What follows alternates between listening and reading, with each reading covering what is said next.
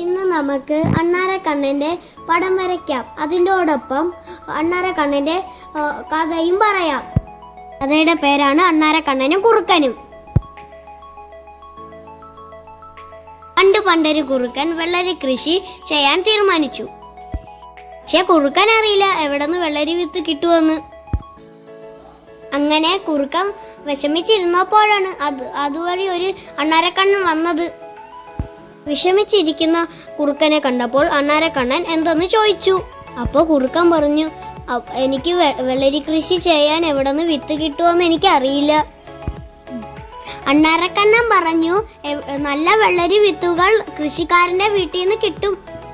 കുറുക്കൻ പറഞ്ഞു, ഞാൻ പോയി ചോദിച്ചാൽ വെള്ളരി വിത്ത് കിട്ടില്ല, അതുകൊണ്ട് നീ പോയൊന്ന് ചോദിക്കാമോ? അണ്ണാരക്കണ്ണൻ പറഞ്ഞു, ചോദിക്കാം, പക്ഷെ കൃഷി ചെയ്യാൻ നേരത്തെ എന്നെയും കൂടി കൂട്ടണം. അങ്ങനെ കുറുക്കൻ സമ്മതിച്ചു. പിറ്റേ ദിവസം അണ്ണാരക്കണ്ണൻ വിത്തുമായി എത്തി. അങ്ങനെ അവർ ഒന്നിച്ച് വിത്ത് നടാൻ തുടങ്ങി. വിത്ത് നട്ടോണ്ടിരുന്നപ്പോൾ കുറുക്കന്റെ കാലിൽ മുള്ളു കണ്ടു. അയ്യോ എൻ്റെ കാലിൽ മുള്ളുകൊണ്ട്. അങ്ങനെ കുറുക്കൻ കരയാൻ തുടങ്ങി. അണ്ണാരക്കണ്ണൻ വന്ന് കുറുക്കന്റെ കാലിൽ നിന്നും മുള്ളെടുത്ത് കൊടുത്തു. അണ്ണാരക്കണ്ണൻ പറഞ്ഞു, മരച്ചവിട്ടി പോയി ഇരുന്ന് വിഷമിച്ചോ.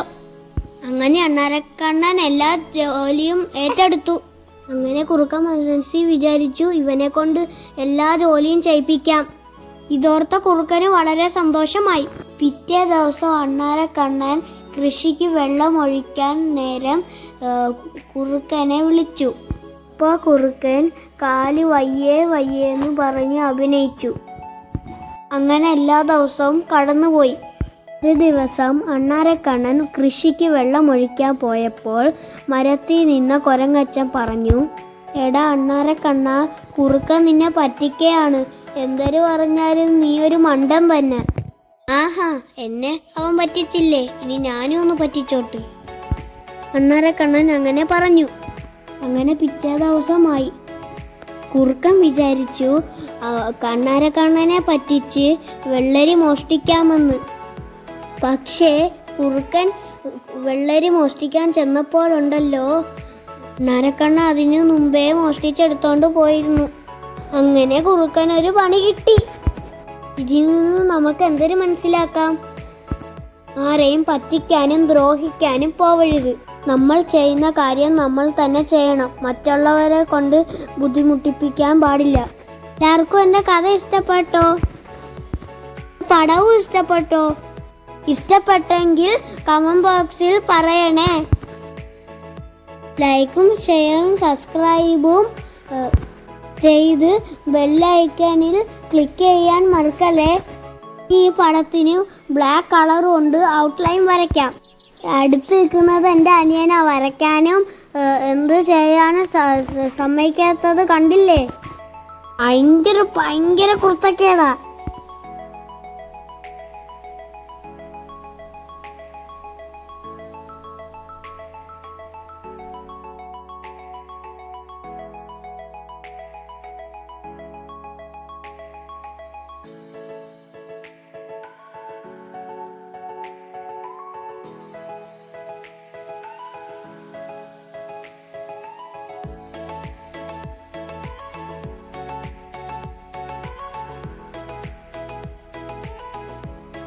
നമുക്ക് കണ്ണുകൾ നല്ലോണം കളർ ചെയ്ത് കൊടുക്കാം.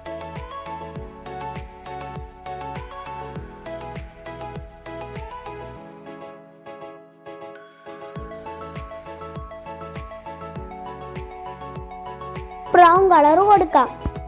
മരത്തിനും അണ്ണാരക്കണ്ണനും കൊടുക്കാം.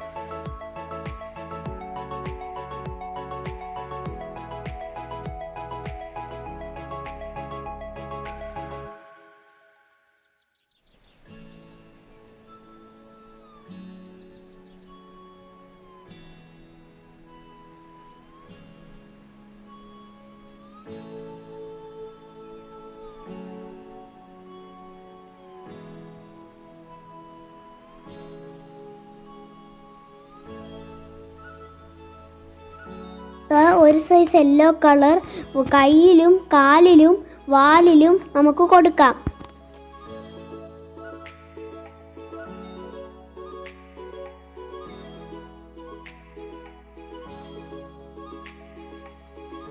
ഈ ഗ്രീൻ കളർ ഇലയിലും പുല്ലിലും പൊഴിഞ്ഞു വീഴുന്ന കുഞ്ഞു കുഞ്ഞു ഇലയിലും കൊടുക്കാം.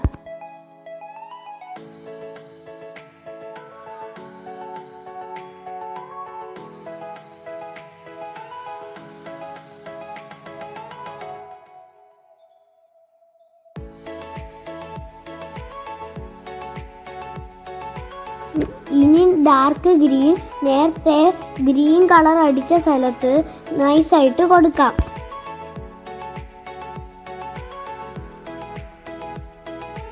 ഇനി ആകാശവും ലാൻഡും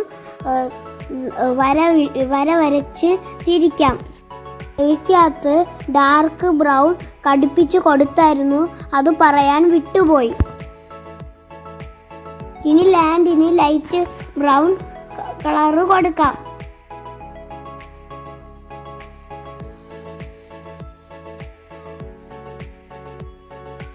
ആകാശത്തിന് ഞാൻ ലൈറ്റ് ബ്ലൂ കൊടുത്തായിരുന്നു, ഇനി നമുക്ക് ഡാർക്ക് ബ്ലൂ അടിച്ചു കൊടുക്കാം.